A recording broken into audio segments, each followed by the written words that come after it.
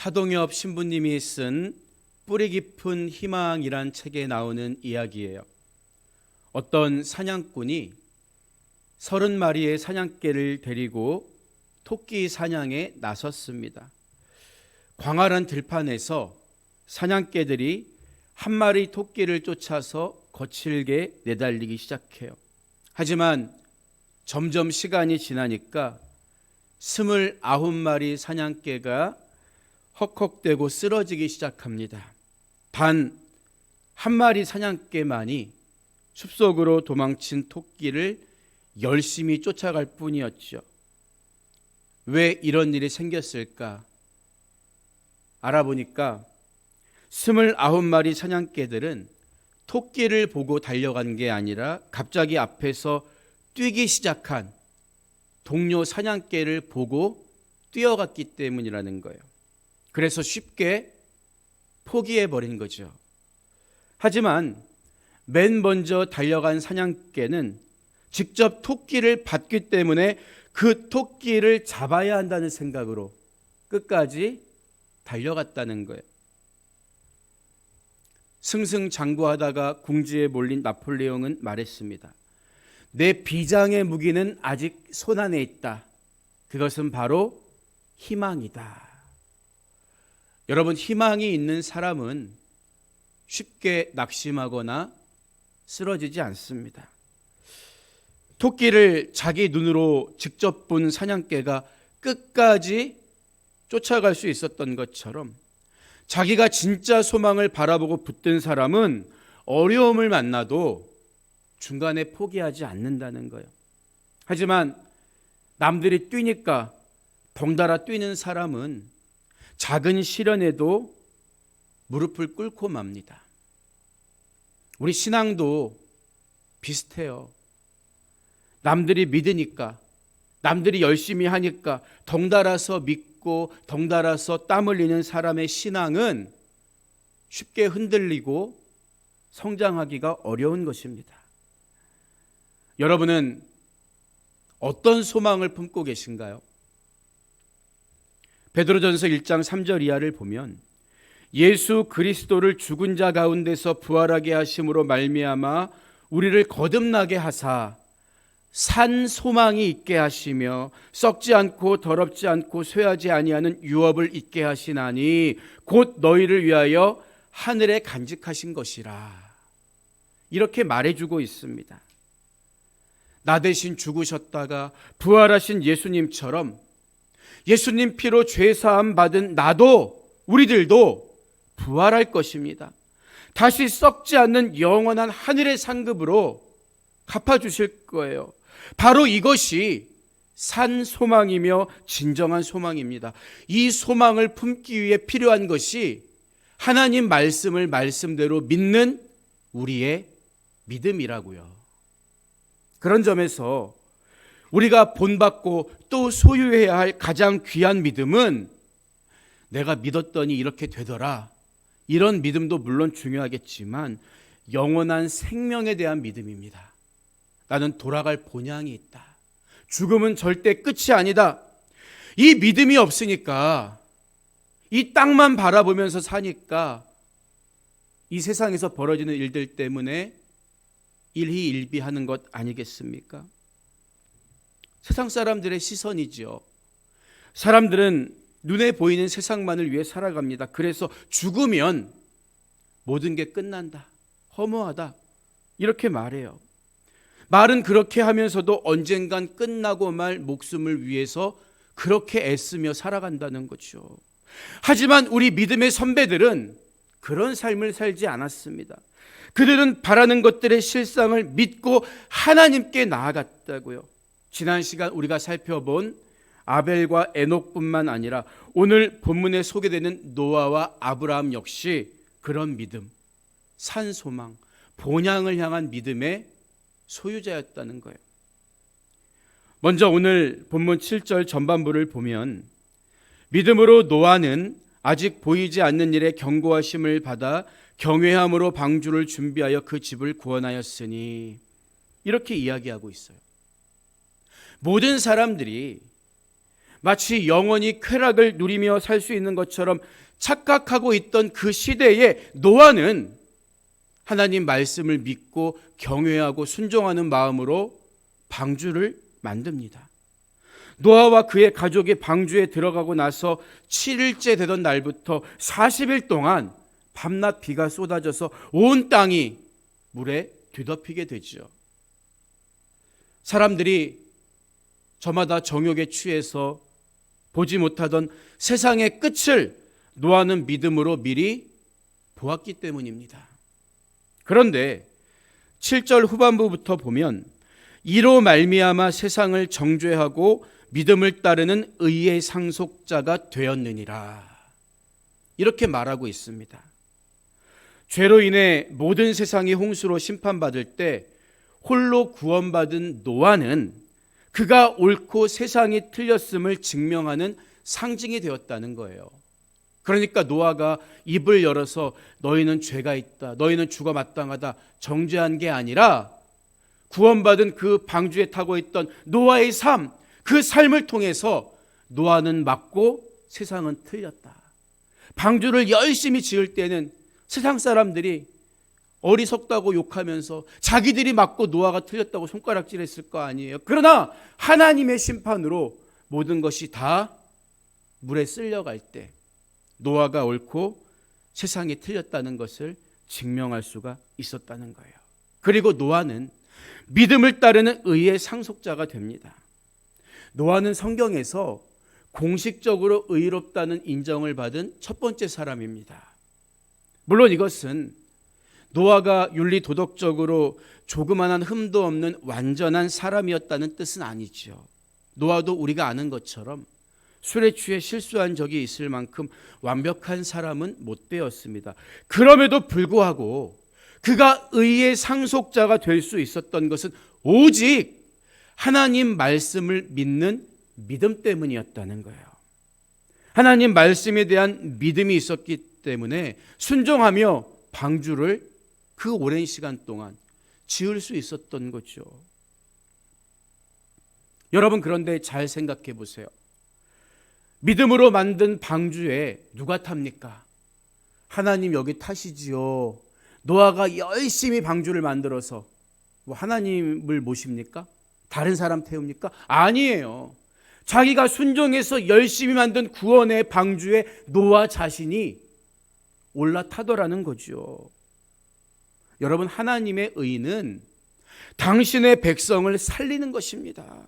그래서 로마서 1장 17절을 보면 복음에는 하나님의 의가 나타나서 믿음으로 믿음에 이르게 하나니 기록된 바 오직 의인은 믿음으로 말미암아 살리라 함과 같으니라 말씀하고 있잖아요.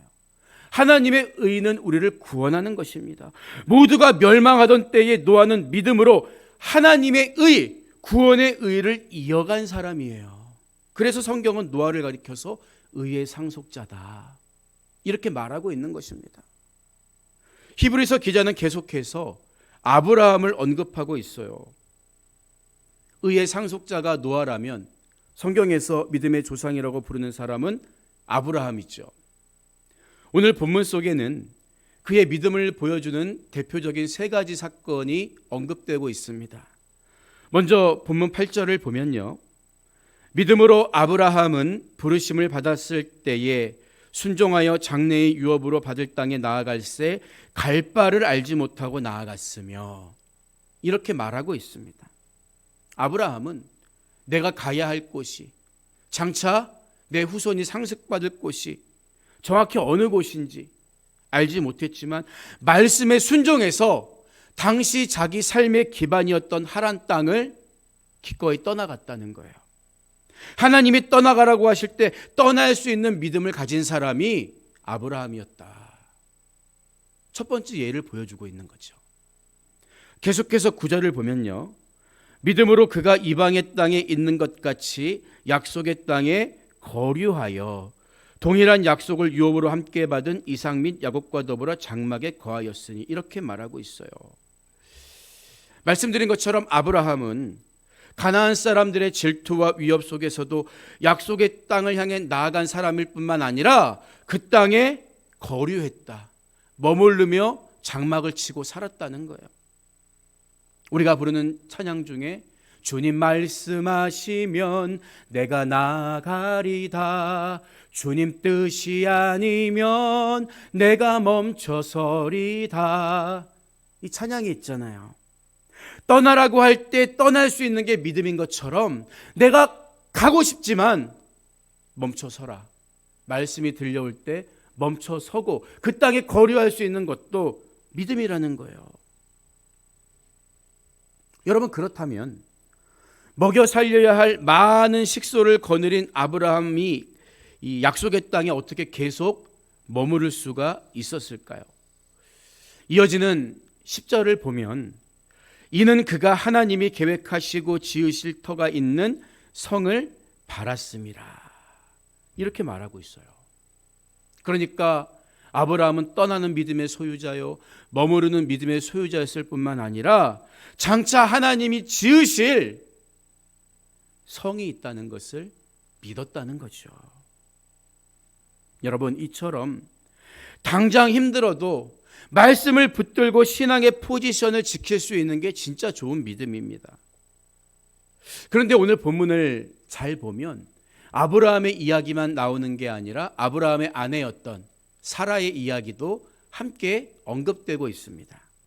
11절과 12절을 보면요, 믿음으로 사라 자신도 나이가 많아 단산하였으나 잉태할 수 있는 힘을 얻었으니 이는 약속하신 이를 미쁘신 줄 알았습니다. 이러므로 죽은 자와 같은 한 사람으로 말미암아 하늘의 허다한 별과 또 해변의 무수한 모래와 같이 많은 후손이 생육하였느니라, 이렇게 말해주고 있습니다. 여러분, 우리가 알고 있는 것처럼, 창세기 기록을 통해 알 수 있는 것처럼 사라는 처음에 약속의 말씀을 믿지 않았습니다. 그래서 90살이 다 된 자신에게 내년 이맘때에 아들을 낳을 것이라는 말씀을 듣고 실없이 웃잖아요. 여러분, 하지만 사라가 끝까지 하나님 말씀을 믿지 않았다면 성경은 결코 오늘 본문에서처럼 그녀의 믿음에 대해 말할 수가 없을 거예요. 창세기의 모든 사라의 심정과 행동과 말들이 다 기록되지 않았지만 결국에는 하나님의 약속의 말씀을 붙잡았기 때문에 베드로 또한 그녀를 모든 믿는 여인들의 어머니라 부르고 있는 것 아니겠습니까? 이처럼 아브라함과 그의 주변 사람들은 하나님이 약속하신 것을 믿는 믿음을 따라 살아간 사람들이었다, 그렇게 성경이 증언하고 있는 것입니다. 여러분, 그런데 지금까지 언급했던 노아와 아브라함 그리고 사라에게는 한 가지 공통점이 있습니다. 13절을 보면 이 사람들은 다 믿음을 따라 죽었으며 약속을 받지 못하였으되 그것들을 멀리서 보고 환영하며 또 땅에서는 외국인과 나그네임을 증언하였으니, 이렇게 말하고 있어요. 여러분, 이 구절을 우리가 주의해서 읽어야 합니다. 이 말이 어떤 뜻일까요? 이 구절을 공동번역 성경으로 보면 의미가 조금 더 쉽게 이해될 수 있어요. 공동번역으로 13절을 보면 그들은 모두 믿음으로 살다가 죽었습니다. 약속받은 것을 얻지는 못했으나 그것을 멀리서 바라보고 기뻐했으며 이 지상에서는 자기들이 타양 사람이며 나그네에 불과하다는 것을 인정했습니다, 이렇게 말하고 있어요. 여러분, 조금 이상하잖아요. 믿음으로 살다가 죽었다는 말은 이해가 되는데 약속받은 것을 얻지는 못했다는 말은 무슨 뜻일까요? 우리가 지금까지 이야기했던 것처럼 노아는 믿음으로 홍수 심판에서 구원받았잖아요. 아브라함은 믿음으로 가나안에 들어가서 장막에 머물면서 아내 사라와 함께 믿음으로 자식도 얻게 됐잖아요. 그렇다면 약속받은 것을 얻지 못했다는 말은 잘못된 표현 아닐까요? 이상한 뜻 아닙니까? 일단 본문을 조금 더 읽어보겠습니다. 이어지는 14절을 보면 그들이 이같이 말하는 것은 자기들이 본향 찾는 자임을 나타냄이라. 이 구절 역시 공동번역으로 보면 의미가 더 분명한데요. 그들이 이렇게 생각한 것은 그들이 찾고 있던 고향이 따로 있었다는 것을 분명히 드러내는 것입니다. 어떤 말씀인지 이해가 됐어요? 그러니까 앞서 10절에서 아브라함의 믿음, 그가 하나님이 계획하시고 지으실 터가 있는 성을 바랐음이라, 이게 어떤 이 땅에 있는 성이 아니었다는 것을 히브리서 본문이 설명해 주고 있는 거죠. 그러니까 히브리서가 말하려는 사실은 노아나 아브라함의 진짜 소망은 돌아갈 본향에 있었다는 거예요. 홍수 가운데 노아만 살아남았다든지 아브라함이 100살의 자식을 낳은 것은 은혜의 최종 목적지가 아닙니다. 노아도 결국 육신의 죽음을 맞이했고 아브라함은 생전에 가나안의 주인이 되지 못합니다. 그러나 하나님의 의는 우리를 가장 완전한 구원으로 인도해 가십니다. 노아가 의의 상속자가 되고 아브라함이 믿음의 조상으로 인정받는 이유는 다른 데 있지 않습니다. 믿음으로 그들은 본향을 찾는 자의 삶을 살았기 때문입니다. 우리도 그런 삶을 살아야 하는 거예요. 우리는 이 사실을 예수님 말씀을 통해서도 확인할 수가 있어요. 예수님은 요한복음 8장 56절에서 너희 조상 아브라함은 나의 때 볼 것을 즐거워하다가 보고 기뻐하였느니라, 이런 말씀을 하시거든요. 굉장히 신비로운 말씀이죠. 영원한 본향을 향한 소망을 갖고 살았던 아브라함은 믿음으로 장차 오실 예수 그리스도, 그분을 바라보고 즐거워했다는 거예요. 바로 이것이 히브리서 11장이 말하는 바라는 것들의 실상과 보이지 않는 것들의 증거를 믿음으로 본다는 말의 진짜 의미입니다. 아브라함은 약속의 땅에 대한 믿음만 있었던 게 아니라 그 땅을 주실 수 있는 하나님이 영원한 하늘나라의 주인이심을 믿고 그것을 미리 바라보면서 기뻐했다는 거예요. 영원한 본향을 향한 소망을 품고 그 약속을 믿었기 때문에 아브라함은 문제 앞에서도 다시 고향으로 돌아가지 않고 끝까지 척박한 약속의 땅에 머무를 수가 있었던 것입니다. 그런 의미에서 15절을 보면 그들이 나온 바 본향을 생각하였더라면 돌아갈 기회가 있었으려니와 그들이 이제는 더 나은 본향을 사모하니 곧 하늘에 있는 것이라. 너무나 분명하게 말해주고 있죠. 15절 앞에 나오는 그들이 나온 바 본향은 육신의 고향을 의미합니다. 가장 가까이 있는 아브라함에게 하란 땅이 될 수 있겠죠. 하지만 뒤에 나오는 더 나은 본향을 사모하니, 이 더 나은 본향은 하나님이 계시는 영원한 하늘나라를 의미하는 거예요. 이처럼 히브리서 11장에 나오는 믿음의 조상들은 썩지 않는 진짜 소망, 영원한 본향을 향하는 믿음을 가지고 땅에서 힘들고 어려운 일이 있어도 낙심하지 않고 곧장 하나님을 향해 나아가는 삶을 살 수 있었던 것입니다. 그래서 오늘 말씀의 결론이라고 할 수 있는 16절 후반부부터 보면 이러므로 하나님이 그들의 하나님이라 일컬음 받으심을 부끄러워하지 아니하시고 그들을 위하여 한 성을 예비하셨느니라 말하고 있는 거예요. 그들이 믿음으로 구했던 진짜 소망에 대해서 하나님이 친히 응답해 주셨다는 거죠. 예수님도 마지막 유월절 식탁에서 제자들에게 말씀하시기를 내가 너희를 위하여 거처를 예비하러 가노니 가서 너희를 위하여 거처를 예비하면 내가 다시 와서 너희를 내게로 영접하여 나 있는 곳에 너희도 있게 하리라 말씀해 주십니다. 아브라함이 믿음의 눈으로 미리 바라보면서 기뻐하고 즐거워했던 것처럼 믿는 자들을 위해 준비된 영원한 거처를 예수님이 완성하셨습니다. 저와 여러분에게도 돌아갈 본향이 있어요. 우리는 마땅히 믿음의 선배들처럼 그 본향 찾는 자들의 삶을 살아야 하는 거예요. 이 땅은 그저 지나가는 나그네와 같은 것입니다. 그래서 고린도후서 5장 1절을 보면 만일 땅에 있는 우리의 장막집이 무너지면 하나님께서 지으신 집 곧 손으로 지은 것이 아니요 하늘에 있는 영원한 집이 우리에게 있는 줄 아느니라 분명하게 말하고 있는 거예요. 우리가 지금 머물고 있는 이 세상은 나그네인 것처럼 잠시 머물다 떠날 장막집과 같습니다. 우리 육신이 그렇다는 거예요. 누구나 흙으로 돌아가야 합니다. 오래전에 하나님 부르심 받고 장막에 거하면서 믿음의 후손들을 낳았던 아브라함 또한 진짜 소망은 이 땅에 있는 것이 아니라 영원한 본향에 있다는 사실을 믿었던 거지요.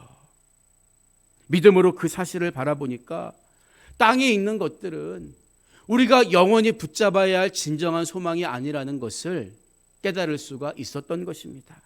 그렇기 때문에 우리가 꼭 기억해야 하는 것은 16절 전반부에 이러므로 하나님이 그들의 하나님이라 일컬음 받는 것을 부끄러워하지 아니하시고, 이 말씀이라고요. 하나님께서 아브라함이 하나님, 이삭이 하나님, 야곱 같은 사람들의 하나님이라 일컬음 받는 것을 부끄러워하지 않는 이유는 그들의 삶이 대단해서가 아니에요. 그들은 모두 본향을 향한 흔들림 없는 소망, 하나님의 의의 상속자로 살아갔기 때문에 그래 나는 너희들의 하나님이 되어줄 것이다. 이 말씀 듣는 것을 부끄러워하지 않으신 거죠. 그러면 여러분, 반대로 우리가 하나님의 자녀라는 사실이 하나님을 부끄럽게 만들 수 있다면 그건 어떤 경우겠습니까? 믿음이 있다고 하면서도 그런 하나님의 의, 영원한 본향을 바라보는 삶을 살지 못하고 그 믿음 가지고 겨우 이 땅의 것 하나 더 얻으려고 땅의 것에만 골몰하는 삶을 살아갈 때, 마치 이 땅이 내 영원한 처소인 것처럼 살 때, 그게 하나님을 부끄럽게 만드는 삶이 아니겠습니까? 우리가 영원한 본향을 향하는 믿음으로 살 때 하나님 앞에 부끄럽지 않은 자녀로, 하나님이 우리의 하나님이라 칭함받는 것을 부끄럽지 않게 여기신다고 말씀하고 있는 거예요. 그런 삶을 살아가는 여러분 모두가 되시기를 주님의 이름으로 축원드립니다. 오늘 말씀을 마무리합니다. 프랑스의 사상가 시몬 베유는 우리는 창문에 묻은 먼지나 창 너머의 경치를 본다. 그러나 결코 창 자체는 보지 않는다. 이런 말을 한 적이 있어요. 우리가 바라는 것들이 창문 너머에 있다면 믿음은 그것을 볼 수 있게 해주는 창과도 같습니다. 창문 너머에 파란 하늘이 빛나고 있음에도 불구하고 어둡거나 칙칙하게 보인다면 어쩌면 그 창에 다른 빛깔을 덧붙였기 때문일 수도 있다는 거예요. 똑같습니다. 우리 그리스도인은 세상이라는 창문을 통해 그 너머에 있는 하나님 나라를 봅니다. 만약에 하나님 나라가 보이지 않고 여전히 땅의 것만 보인다면 우리 믿음의 눈에, 세상을 바라보는 우리 시선 속에 더러운 것들이 끼어있기 때문은 아닐까요? 우리의 두 눈이, 우리의 믿음이 하나님의 약속의 말씀에 근거해 있는 게 아니라 내 욕심과 아집으로 얼룩져 있기 때문은 아니겠습니까? 의의 상속자인 노아, 그리고 믿음의 조상 아브라함이 미리 바라보고 즐거워했던 것처럼 우리도 영원한 본향을 바라보는 믿음으로 살 때 오늘도 나와 함께 계신 성실하신 하나님을 바라볼 수 있는 거예요. 영원한 본향을 향하는 믿음으로 언제나 부끄럽지 않은 하나님의 자녀답게 오늘도 담대하고 당당하게 살아가는 여러분 모두가 되시기를 주님의 이름으로 축원드립니다.